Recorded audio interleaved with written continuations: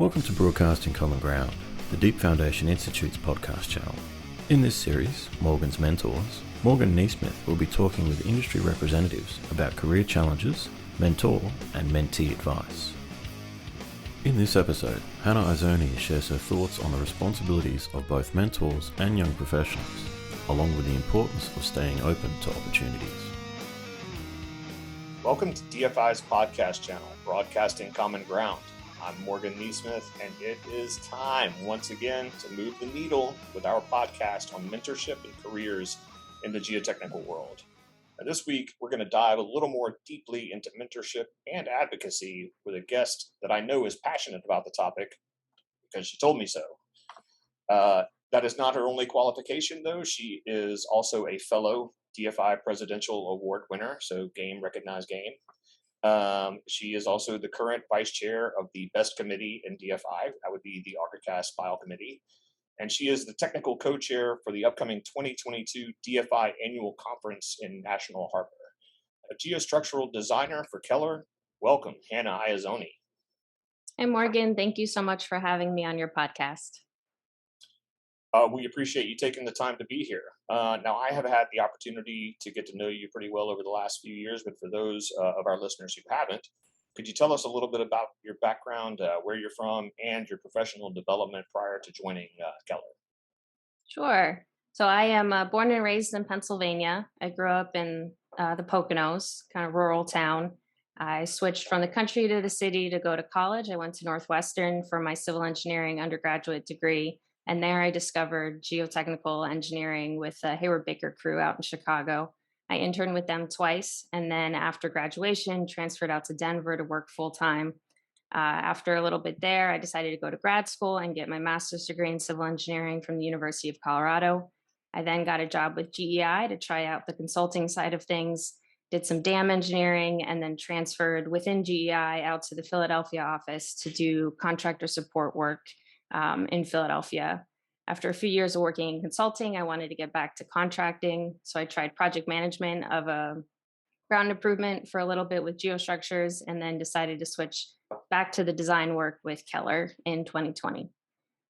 Awesome. Well, we appreciate it. So let's dive right into the topic at hand. Looking back over that development, roughly how many mentors would you consider that you've had, and were these formal and informal relationships? And in particular, any informal relationships, if you could talk about how those developed. I've had a handful of informal mentors over the years. I feel like mentoring more recently has become in vogue, and I now have a formal mentor within Keller, and then I'm involved with the Women in Deep Foundation group mentoring pods that I helped start. But over the years, I've had those informal mentors, peers, and people who were older than me that helped guide me through the industry and find my path. My first real mentor was in Chicago. I met her at the ASC dinners, and she would see me show up all by myself, trying to find more about the industry and really just find a job. And she found me and introduced herself, and then introduced me to everybody else there, and took it on herself to take me out to dinner and listen to my career aspirations and give me advice. And she's been someone I've been able to turn to over the years when I've had a question on how to handle something in my professional life.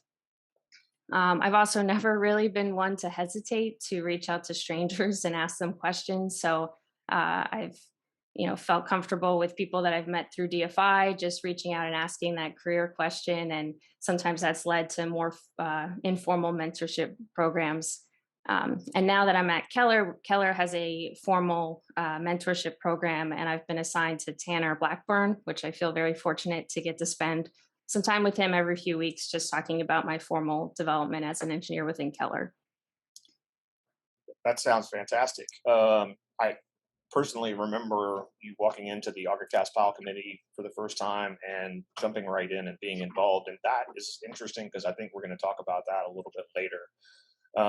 But one of the topics I specifically wanted to talk about with you, because we have had these conversations and we haven't really touched on it with some of our other guests, and that's, we have mentorship, but we also have advocacy. And what I would like for you to do, if you don't mind, is talk to our audience about what the difference between those two are and why they're important.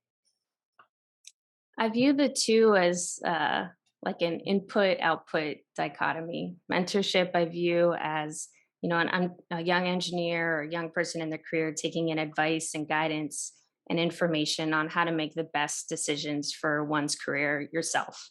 Um, I see advocacy as a young engineer more as that young engineer or student speaking up about how things that are important now that upper management might not be aware of or understand the importance of, the young engineers speaking up and educating those who have come before them about how the world is changing and better ways to support the younger generation that's coming in. So mentorship is like taking that advice and figuring out how to apply it to your current situation.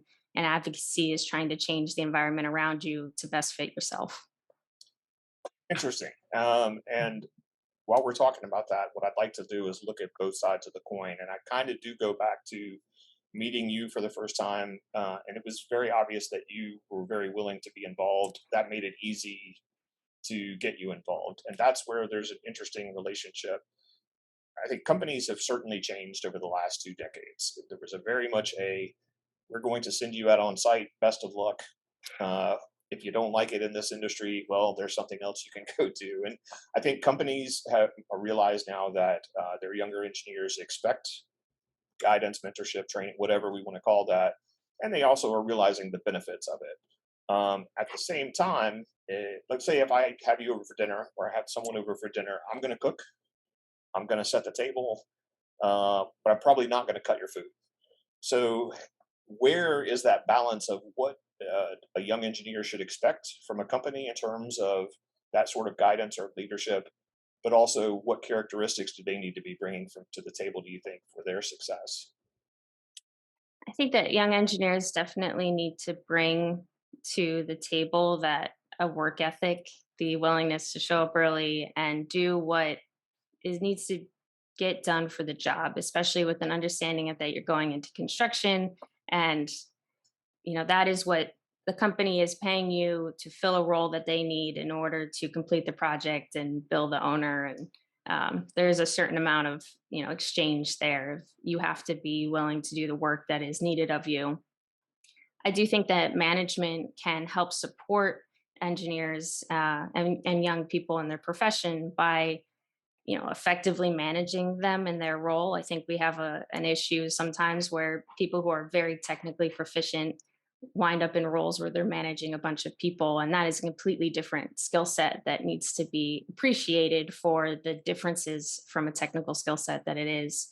I think that management providing clear and concise descriptions of the expectations of the performance metrics, indications of success and failure, and laying that out clearly for the field engineers and for the young people in their role, whatever it may be. That is a way to get more success out of your younger staff. I think that having been thrown out in the field and be told figure it out, there's definitely a lot that you can learn from that. And I think there's ways that you can do both the figuring out and also this is what a field engineer is and what the role is and how you're helping the company and how you're helping the project manager or the superintendent on site, and doing that in more of a broad scale. I think sometimes that lack of direction and guidance leaves people to spin their wheels or feel like they're not a part of the team. And especially if your plan is to throw people out in the field far away from home and in rural areas, away from a lot of things that they're familiar with, providing a little bit of guidance of this is why you're here and this is how you're helping me can be really beneficial. I also think as our industry has a huge gap right now in the incoming number of qualified professionals and the roles, both in the craft and office roles, we're going to get people who don't know anything about the field. I think for a long time, there's been a lot of people, I mean, like you yourself, you come from a family of people who've participated in this industry. And so there was a certain level of understanding that you had about what you're walking into. My family had nothing to do with construction. And so when I walked on that first job site, I had no idea what I was doing. fortunately, I'd been working since a young age at bakeries and Burger King and a grocery store. And I knew you just show up on time and you do what they ask you to do. And that at least meets, the requirements of the job. But if a manager can give a little more guidance and understanding, and then as that the field engineer develops, providing an outline, a clear line of progression where you can go with this position and how, I think will help younger members of the profession stay more involved and have an idea of, when I'm learning this skill, what am I going to do with it 10 years from now? I appreciate all of that, and I'm glad you touched on some of the different roles that an engineer may move into as they progress, because I think I'm hearing more and more really good conversations in the last couple of years about not all engineers need to be the same.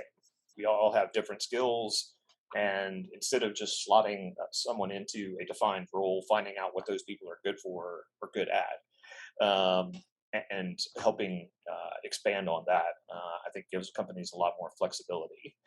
I do want to stay on the topic of the side of the younger engineers for a minute. We have talked specifically about the importance early in your career to staying open to opportunities. And one of my concerns sometimes that I see with some young engineers is that maybe they can be overwhelmed, or maybe they're just a little bit scared of the unknown. I get it. I've been there. But I do worry that you can do that too much and then not take an opportunity. You really don't know how that opportunity is going to blossom. Um, so taking that chance, maybe it's a location change or a job change. Going back through your experience, can you talk a little bit about how taking a chance that you really didn't necessarily know how it was going to work out, but it ended up paying dividends that you might not have been able to predict beforehand? I try to tell this to all the students that I talk to is you really have no idea where any of these decisions that you're making are going to take you. And I do get that feeling, especially having been one of those students 10 years ago, that even now, a lot of the students, they want to make the best decision they possibly can make and choose the right career and the right company to work for the best people and the best office. And I totally understand that. Like you don't want to make a bad decision. But the reality is, if you are graduating with a civil engineering degree here in this country, you're probably in a relative position of privilege that you're going to have a solid career path. You might not always be doing what you want to do, but you have a technical degree in a field that's always going to need you. Um, and beyond that, beyond being employed and paying your bills, and you get to decide what success means for yourself. You're the only, like, you as an individual are the only arbitrator of what the best decision is. And I think that's hard for students that have had everything laid out in such a nice line of these are the goalposts. And then you get out of school and it's like, we just took the goalposts down and let you wander into the woods. And now you get to pick the best path. And that can be, I think it could be overwhelming. And I definitely see students are still trying to, what's the best project and what's the best way, what skill do I need to get that'll take me in the best way? And the reality is, like, there aren't really a lot of wrong decisions that you can make. And so I tell students to just, if it makes sense with your finances, with your family, with where you are in life, to jump on any opportunity, because you have no idea where it could take you in the craziest of places.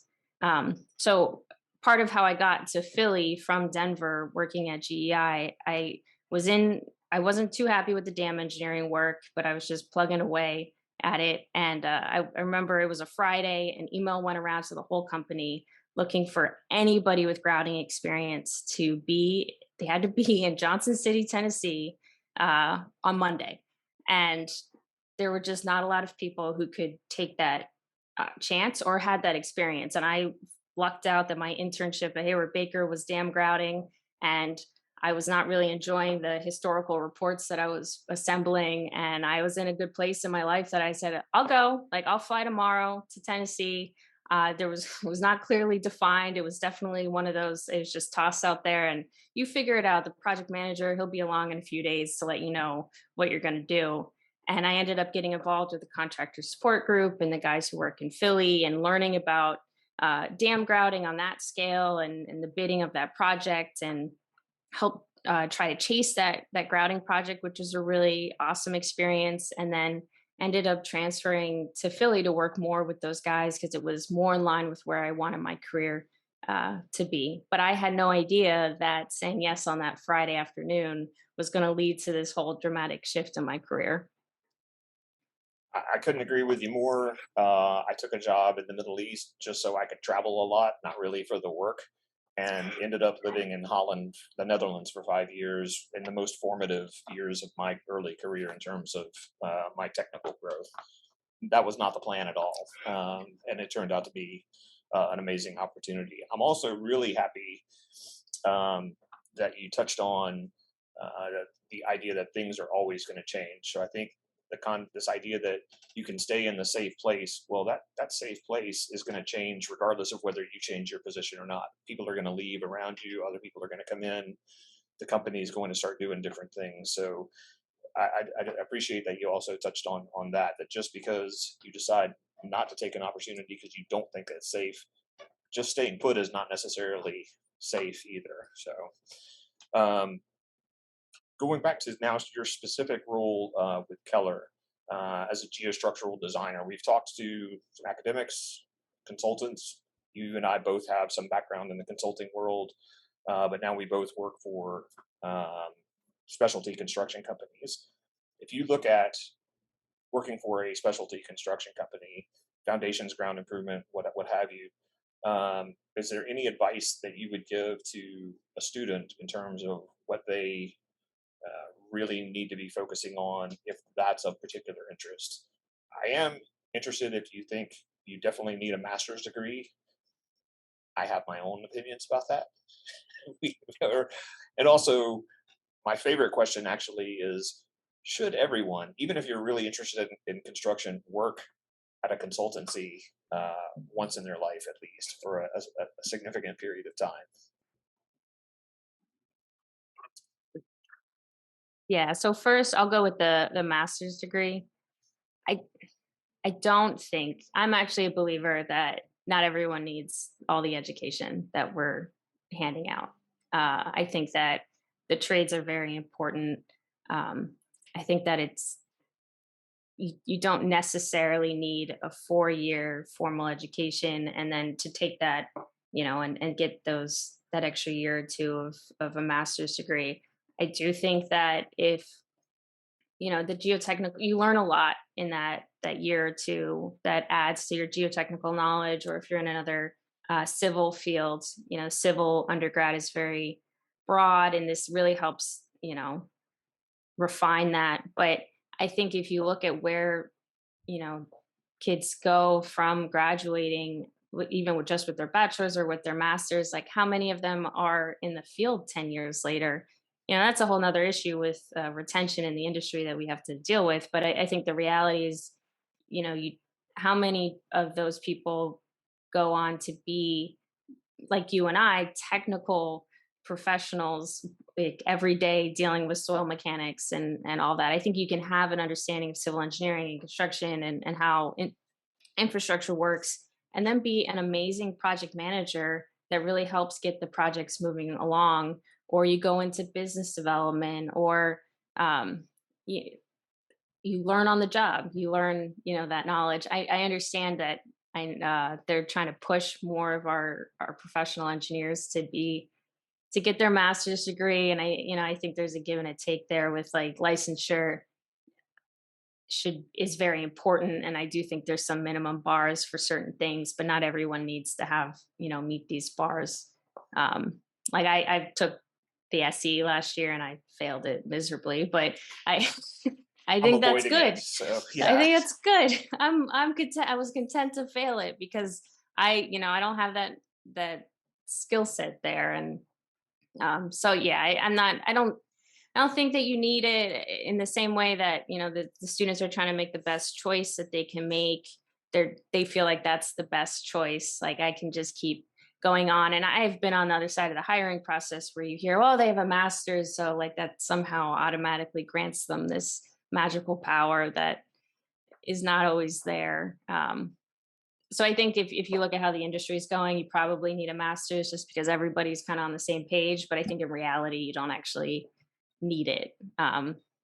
I do think if you do end up going to get your master's, I recommend this to students, is like using that opportunity to do research, even if that's not something that you think you're going to do. That's a really great chance to get someone to pay for your degree, and and to learn how to that technical writing and the data collection. It's just a nice skill to obtain that you might never really get that chance to do that. So I think that's really valuable. Working for a consultant, I think there is some, I think all of us who have worked for consultants, like our number one thing of why we don't work for a consultant anymore is we didn't want to fill out a timesheet. And I hated filling out a timesheet, but I do think there's a lot of value in understanding how you spend your time, given that a lot of, in modern day society and our, with how our economy is structured, we sell our time in hour increments, and understanding what you can do in an hour helps you understand the business side of it better. I think there's that's a nice skill to have. But I think like if students are trying to figure out, should I go work for a contractor for the next 5 years or a consultant, especially right out of school, I'm always like, go spend that time in the field. And people disagree with me on this one, but I believe that you can learn the design stuff later. You might not have an aptitude for it, but if you don't have an aptitude for it at 30, you probably didn't have it at 22 either. So that field stuff, I think you can learn a lot about how the whole construction industry fits together. And then if you really are interested and want to go for it, then you can get the master's, then you can hunt down the design stuff. And it can be hard to sell yourself to a consultant sometimes to go learn the design side of it later. But I think that field experience is just really invaluable and difficult to do as you get older and, your personal life settles down a little more.